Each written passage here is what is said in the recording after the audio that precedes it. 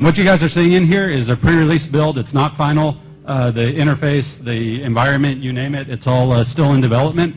Not final. Still in development. Yeah. Work in progress. The UI in particular is actually just sort of placeholder, passed on from Reach. The final UI will be reflective of the rest of the Halo 4 UI. So that's absolutely the most temporary element in here.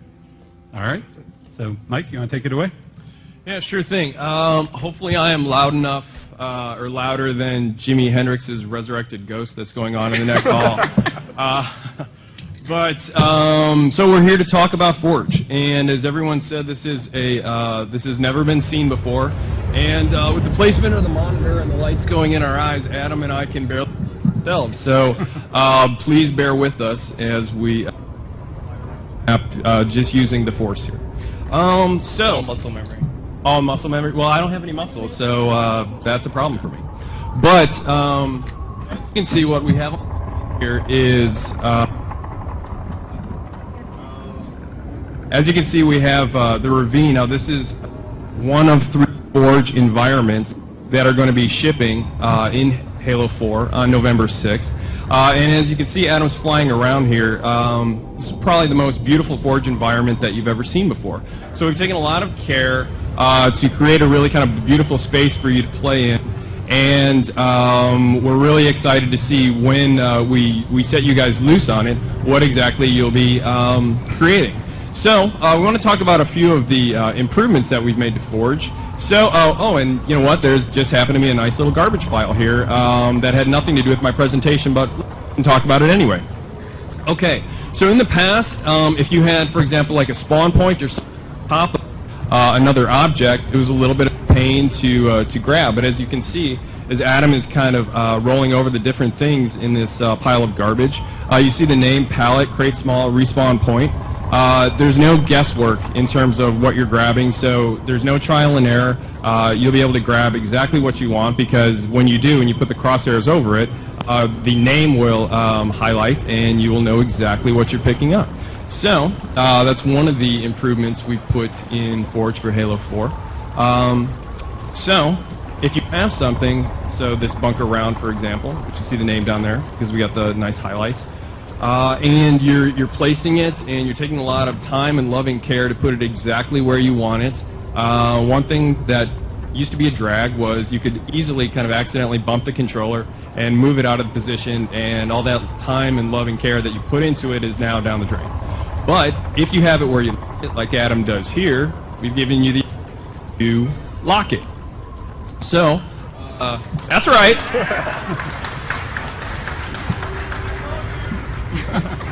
I love you more.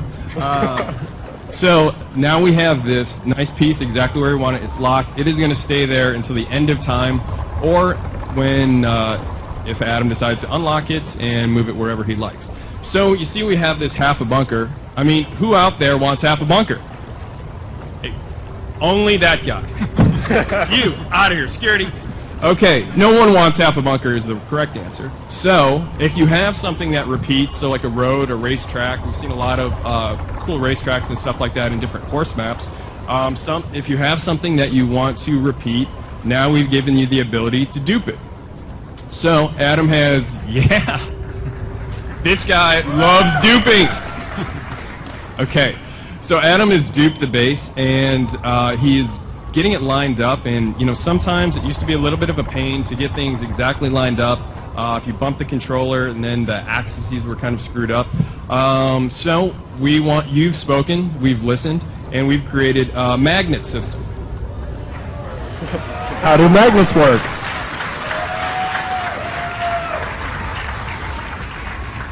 Magnets in 2012. Everyone can vote for that. Okay, so if you enable magnets and you put 2 pieces together, like Adam's doing here, the bridge really easily magnetize Jimi Hendrix's back. The pieces magnetize together, fit together seamlessly. So if you're going to build something like a bridge here, you can build it. This used to take, I think we timed it, and I think it was 9 years to build a bridge. Now it's taking under 9 seconds. So that's a huge improvement. So if you're building something, a racetrack, a bridge, a wall, something that repeats, you just can keep duping and magnetizing, and build what you wanted to build in a fraction of the time. So less focus on actually the mechanics of building, more on the actual creativity. So we built a couple things. We're liking it.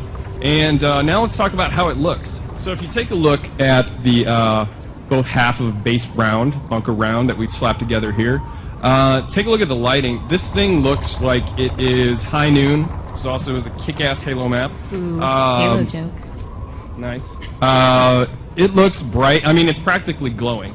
So if you're in a low lighting kind of situation and you would have something that looks like it's on the center of the sun, it kind of sticks out like a sore thumb.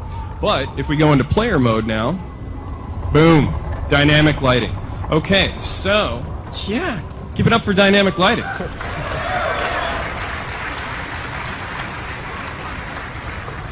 All Forge objects now accept shadows from the environment or other Forge objects. And if you see, like down there where Adam just was, Forge objects also cast shadows on the environment.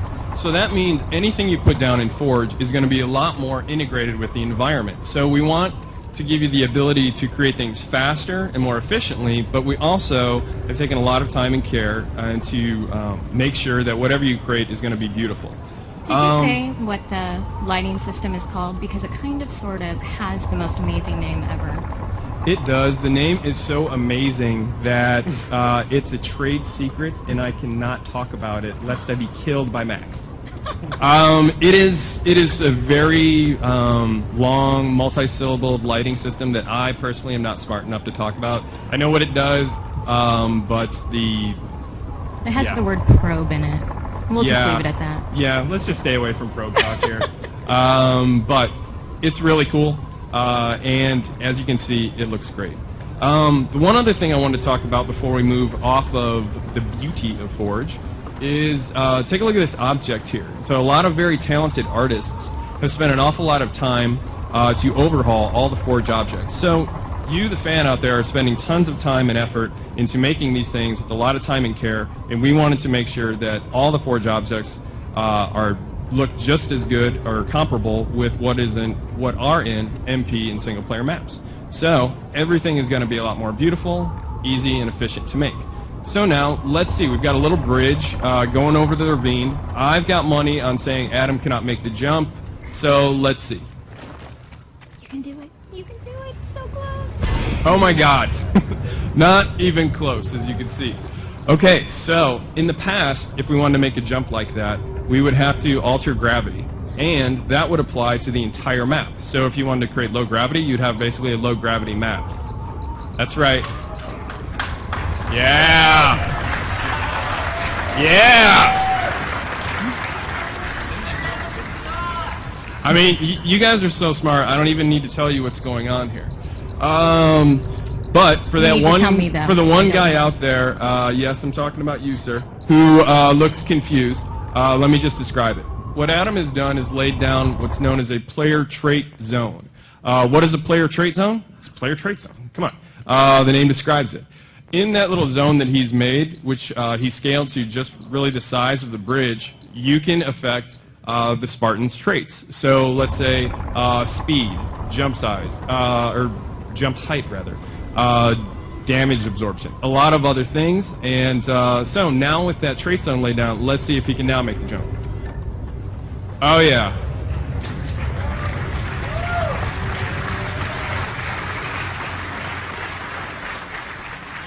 Max, you were supposed to tell me that I should have bet on that jump. Well, you were betting against me. Oh, that's right, that's right. Well, you pay me, so. Anyway, it all comes from him.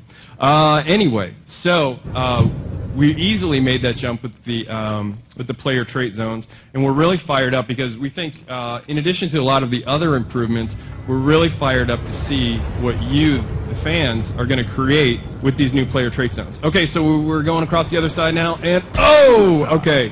We made it easily, but unfortunately we did not stick the landing in Mary Lou Retton or Carrie Struggs fashion, depending on how old you are. Me, I'm old school, so he didn't pull a Mary Lou Retton, and we got to do something to change that.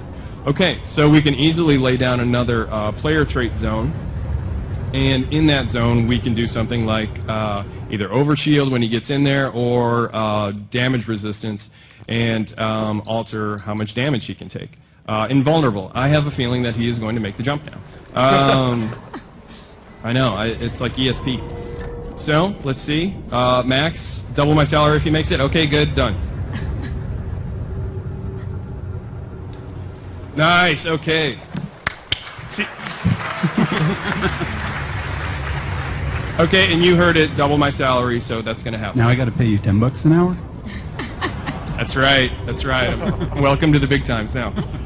Okay, so those are just a couple things that we put into Forge for Halo 4, but we're really fired up to see what exactly you guys are going to be creating when we put these powers in your hands. Yeah, thank you, Mike. And we actually have something else related